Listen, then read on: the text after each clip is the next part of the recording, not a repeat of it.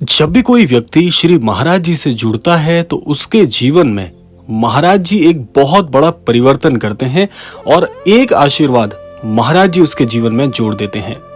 तो आज का ये विशेषांक सबसे महत्वपूर्ण होने वाला है, क्योंकि आज आपको ज्ञात होगा कि महाराज जी का जिस अनन्य भक्त के सर पर अभय हस्त हो जाता है तो उसका जीवन कैसे बहुत ही चमत्कारिक तरीके से परिवर्तित होता है।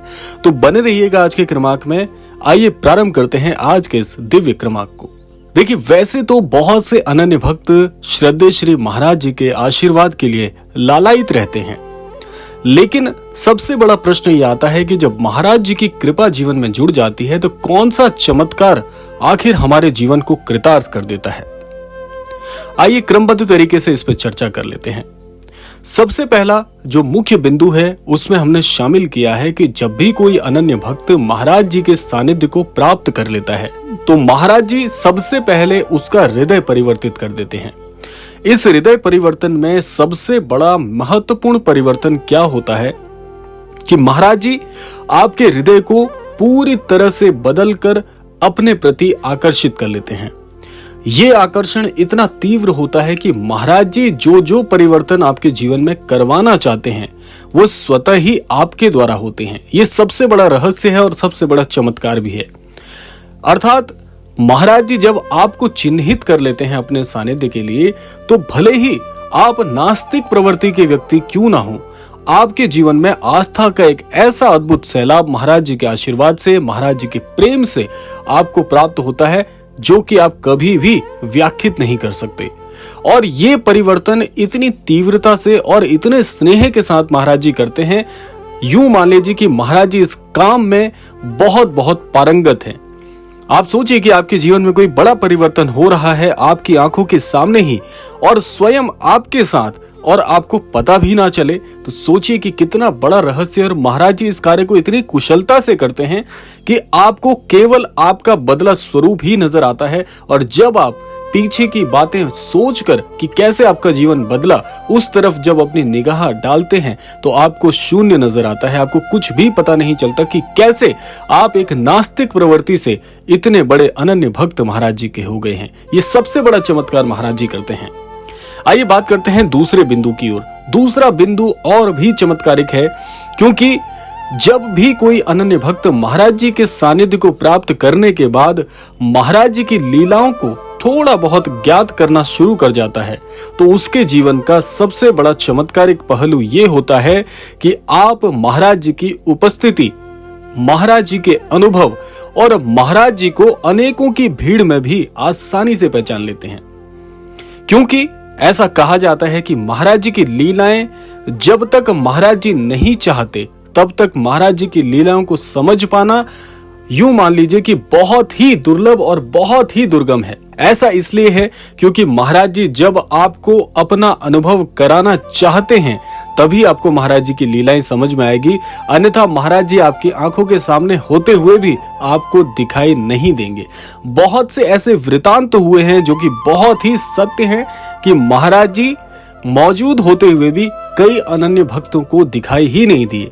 कई वृतांतों में तो यहाँ तक पाया गया कि महाराज जी एक स्थान पर मौजूद हैं और कुछ भक्तों को दिख रहे हैं, कुछ को नहीं दिख रहे। ऐसे ऐसे बड़े चमत्कार महाराज जी के वृतांत में सुनने को आते हैं।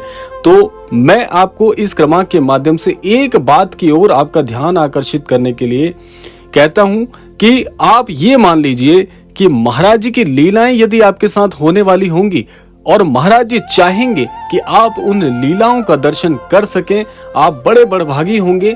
और महाराज जी का ये जो आशीर्वाद है, महाराज जी का जो रहस्य है, तब तक कोई नहीं ज्ञात कर सकता जब तक महाराज जी स्वयं इस चीज को नहीं चाहते। और बहुत से लोगों के जीवन में ऐसे ऐसे अनुभव हुए हैं। हमारे पास बहुत से पत्र आते हैं जिसमें अनन्य भक्त अपने अनुभव बताते हैं कि एक स्थान पर बहुत से लोग थे, लेकिन महाराज जी ने यदि मुझे दर्शन देने चाहे तो उन्होंने मुझे दर्शन दिए, अन्यत्र किसी को महाराज जी दिखे ही नहीं। ऐसे ऐसे रहस्यमयी वृतांत हमारे साथ आते हैं, तो उन्हीं के कुछ अनुभव आपके साथ साझा कर रहा हूं और आपका ध्यान इस ओर भी आकर्षित करना चाहता हूं कि आप ये समझ लीजिएगा कि यदि आप महाराज जी की भक्ति को थोड़ा बहुत जानने लग गए हैं और ये होगा, सबके साथ होगा। जितने भी अनन्य भक्त, जितने भी अनन्य साधक इस क्रमांक को यदि देख रहे हैं, सुन रहे हैं, उन्हें मैं एक बात कहना चाहता हूं कि अपने हृदय को बिल्कुल छोटा करने की आवश्यकता नहीं है।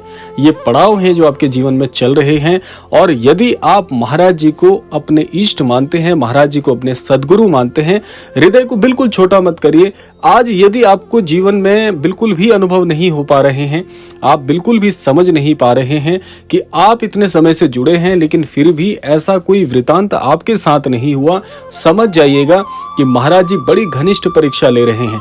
लेकिन इसमें सबसे ज्यादा चौंकाने वाली बात यहाँ पर है कि ये परीक्षा एक ना एक दिन अपने विराम की ओर आएगी, और जिस दिन ये परीक्षा आपकी संपूर्ण हो जाएगी सफलतापूर्वक, उस दिन महाराज जी के जो दिव्य अनुभव हैं आपके साथ अवश्य होंगे। ये 100% मैं आपको लिख कर दे सकता हूं। इसीलिए आप अपनी भक्ति में गति करते रहें, अपने हृदय को छोटा ना करें, और आध्यात्म में जिस भी प्रकार से आप महाराज जी को अपनी पूजा सेवित करते हैं, इसका क्रम मत छोड़िएगा, क्योंकि असली अनन्य भक्त वही होते हैं जो कि अपने इष्ट के प्रति आंख मूंद कर विश्वास करते हैं। और आंख मूंद कर विश्वास करने वाली जो भक्ति होती है, ये भक्ति स्वयं श्री महाराज जी के आशीर्वाद से फलीभूत एक दिन अवश्य होगी। इस पर बिल्कुल संशय मत करिएगा, क्योंकि ऐसा सृष्टि का नियम है कि ईश्वर भी परीक्षा लेते हैं। और जिस प्रकार से आपने महाराज जी को अपना सदगुरु माना है, तो क्या महाराज जी आपकी परीक्षा नहीं लेंगे? आपको क्या लगता है?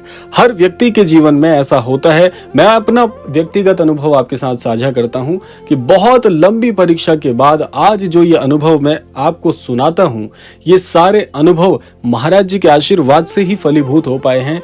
ये अपने अनुभव से भी मैं कई चीजें आपको बताता हूं, क्योंकि व्यक्तिगत रूप से महाराज जी द्वारा मेरी भी बहुत बड़ी परीक्षा ली गई है, और परीक्षा से ही एक सच्चा भक्त सीखता है। ये जो अनुभव आप तक पहुंचते हैं, ये जो महाराज जी की लीलाएं आपको सुनाई जाती हैं प्रत्येक क्रमांक में, ये उन सेवाओं में और उन परीक्षाओं में उत्तीर्ण होने के बाद आप तक पहुंच रही हैं।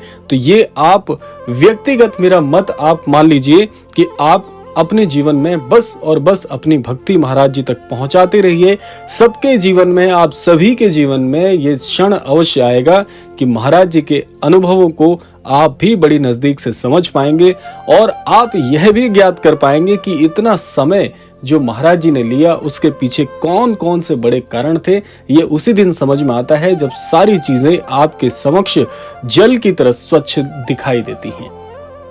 तो ये था आज का अद्भुत क्रमांक। आशा करते हैं क्रमांक आप सभी के लिए फलीभूत हो। इसी कामना के साथ विदा लेने का समय भी आ गया है। विदा लेने से पूर्व समय है रोजाना की प्रार्थना का। यही प्रार्थना करना चाहूंगा कि श्री महाराज जी आपको सन्मति और सद्बुद्धि की प्राप्ति कराएं। इस संपूर्ण सृष्टि का, इस संपूर्ण लोक का यूं ही कल्याण हो, इसी कामना के साथ विदा लेते हैं। मिलते हैं अगले क्रमांक में। तब तक के लिए जय श्री राम, जय गुरुदेव, जय उत्तराखंड।